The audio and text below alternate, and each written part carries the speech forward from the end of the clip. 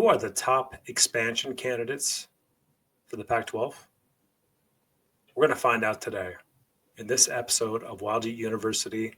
We're going to throw all of the top targets for the Pac-12 into a model to see who scores out highest and who, according to the data, is the top candidate, the top 2, 3, 4, 5 candidates in the Pac-12. This is WildUte University, and I am your professor, the WildUte. And folks, we've got a dandy on the docket today. We've got a new model to discuss and a lot of stuff to go over, a lot of data to consider. This is going to be a good one. Stay tuned here. Let's jump into it. Our methodology here for the newly developed Pac-12 model. Check it out. There is 5 different aspects we are considering for the Pac-12 model. And that is football history. Football history has a 30% weight to it, very highly weighted. Football viewership has a 30% weight to it. Of course, we all know that media ratings drive a lot of value. Basketball history has a 25% weight to this model.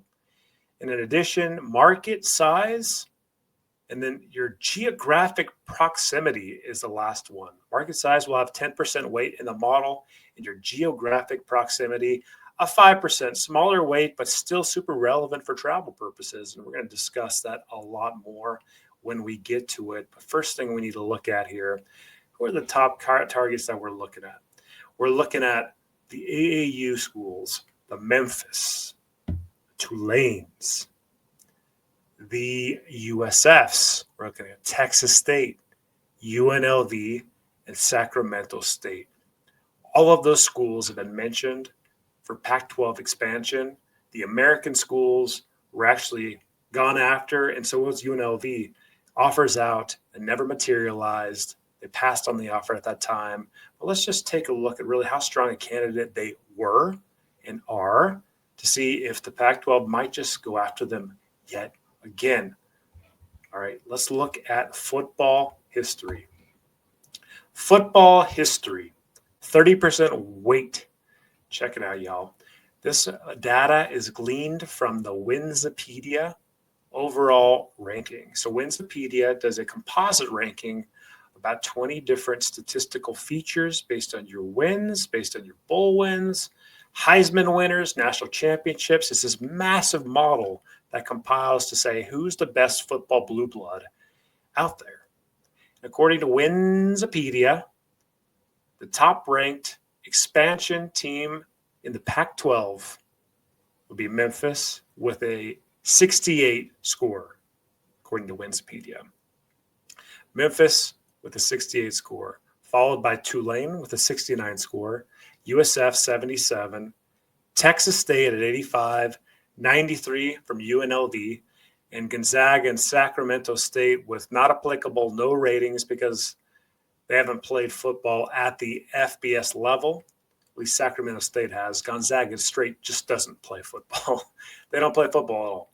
So number one, according to Winsipedia and all of the Pac-12, are the jump overs from the Mountain West. And that's Boise State at 51 and Fresno State at 51, followed by San Diego State at 58. And this is a bit surprising. All the schools actually scored higher than Oregon State and Washington State at 61 and 63. But check it out, folks. Based on all your all-time wins, your bowl wins, all your history and everything, this is the blue blood ranking. Boise State and Fresno shake at number 1 with the test candidate Memphis ranking at 68. Let's move on. Football viewership. We all love our football viewership. We know how important it is. And based on a 3-year average of Nielsen-rated game per Sports Watch media data, Oregon State is tops in the Pac-12 conference with almost 1 million viewers per game, really 999,000 viewers per game.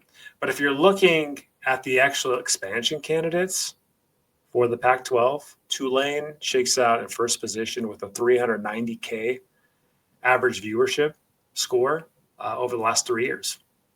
Not great. Be honest, that's not great, but that's the tops of all these expansion candidates. USF shakes out at 310,000, Memphis at 250,000, UNLV at 180,000. Texas State, 50,000. Sac State at a fat 0 because they're never on TV. They aren't. As an FCS program, they're never on TV. It was the last time you saw Sac State on TV. They don't have any Nielsen-rated games, so that's a fat 0. Gonzaga does not play football, so they get a 0 score in this metric because it's very important, as we know, viewership. But Oregon State and Wazoo, because they were in the Pac-12 for 2 of these years in this examination period, they're stomping everybody else in TV ratings. Colorado State actually shows out third, and that's largely driven by a couple of games versus the Colorado Buffaloes over the last few years. But really looking at our key expansion candidates of Tulane, USF, Memphis, UNLV, Texas State, and Sac State. Tulane shakes out in that first position. So there you have it, $390K per game. Again, that list's likely in the Pac-12, but probably not by an enormous amount. Not big ratings drivers out of these Pac-12 expansion candidates. That's one of the takeaways here. Let's move on. Basketball history. Basketball history. So check it out. Basketball history is based on data that WildUte has compiled and put into its own formulation here, based on your all-time wins, based on your AP appearances, based on your NCAA tournament appearances, your Final Four appearances, and if you have a national championship. The national championship alone is the highest weight at 30%, with the Final Four being the second highest weight, your Final Four appearances if you've made it before. And based on the basketball model derived, UNLV scores number freaking 1 out of everybody in the Pac-12. UNLV, because of the national championship the school had back in the Tarkanian era. But look, right behind UNLV in the model points is Memphis. Memphis and UNLV score ahead of Gonzaga because of success in the tournament, deep tournament runs, and the history of those programs, whereas Gonzaga is more of almost a new blood, honestly, over the last 20, 30 years. Really, UNLV and Memphis have a stronger basketball history, more rich than Gonzaga. That is shocking to see and stuff based on what the data says. But then you're looking at the other expansion candidates, your Tulane, your South Floridas, your Texas State and Sac States. Not great. Not great at all. Tulane, low. USF, low. Texas State, even lower. And Sac State is absolutely dreadful in this metric. I mean, it's an emerging program. You could say that to be nice. But really, the things that stand out here, UNLV and Memphis score really well in the basketball composite here in the model score. So 25% of all the model goes into this. That's a big weighting driver here. And UNLV with that national championship shows out the best with the strongest score by far. Now let's take a look at the markets. Okay. So your market DMA, your designated market area, and that is a Nielsen-driven figure. These are data points that you can find on Sports Watch Media. They assign media markets to pro markets and major college sports market. And for a few of these smaller ones, I, your professor here, had to go in and look at the DMAs associated with some of these cities. For example, like Boise. Boise does not have a pro team. They do not have a major A4 level college team. And so I pulled the DMA for Boise and plugged it into the model here to show. Okay, but number one, honestly, Gonzaga and Wazoo, giving them the Seattle market in addition to the Spokane market. Washington State's in Pullman, Gonzaga is in Spokane. Really, though, at the end of the day, they're getting benefit from both those markets, so they're showing at number one in the model here as far as bringing media markets. So they both bring major media markets in Seattle, Tacoma, both those schools up in Washington. Followed by USF. USF gets a lot of attention and stuff in the realignment game about talking about expansion, maybe to the ACC, maybe to the Pac-12. But really, one of the main drivers for that is because they're in Tampa St. Pete. Tampa St. Pete is a massive market that's growing. Look like they're shaking out third in this model, followed by Colorado State, getting credit for the Denver market. Then Sac State, probably one of the biggest aspects to adding Sac State is because it brings the Sacramento, Stockton, Modesto market. And that's a good size market too for the Pac-12. That's above the average or median point. Then you can follow it so on. Texas State brings the San Antonio market. They're in San Marcos, which is right outside of San Antonio, but San Antonio would be included in their DMA. UNLV, Las Vegas, Memphis, of course, and Tulane, New Orleans, which is surprisingly low DMA, honestly. I would never have thought that Tulane would have a DMA small as 672K, but yet they do based on the Sports Watch media data here. So in the model, we're looking at absolute homes based on DMA, and this is how it's scoring out. Boise the lowest, to Washington State and Gonzaga tied for the highest. And that is how it is in that aspect of the model weighting. Now, lastly, this is an interesting one, folks. Check this out. So look to the left-hand side of the illustration. There'll be a map. You can see the map with all the logos of the current Pac-12 schools. There will be 8 there. There are 8 schools in the Pac-12. Now look at the X that's kind of in the middle of all those schools. That X is in Nevada, in North Nevada, right south of Boise. That X spot, X marks the spot, is the geographic center of the existing iteration of the Pac-12 conference. If you plug in all the latitudes and longitudes here and you get the average of the Pac-12, it's where that X is. So when you're looking at travel distances, a good way to approach it is actually saying, okay, from that X spot to a different city for a realignment candidate, how far is that? And how would that shake out versus other realignment candidates into the existing Pac-12 conference? That's what we're looking at here. How far away from the geographic center of the Pac-12 is your realignment candidate school? Okay.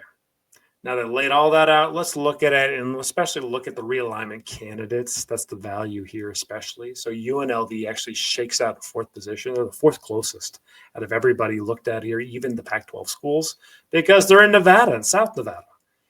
And so UNLV is pretty dang close. It's an easy fit. As we all know, they're in the Mountain West right now. They've been in the conference with all these schools essentially outside of WildUte and Oregon State, Gonzaga.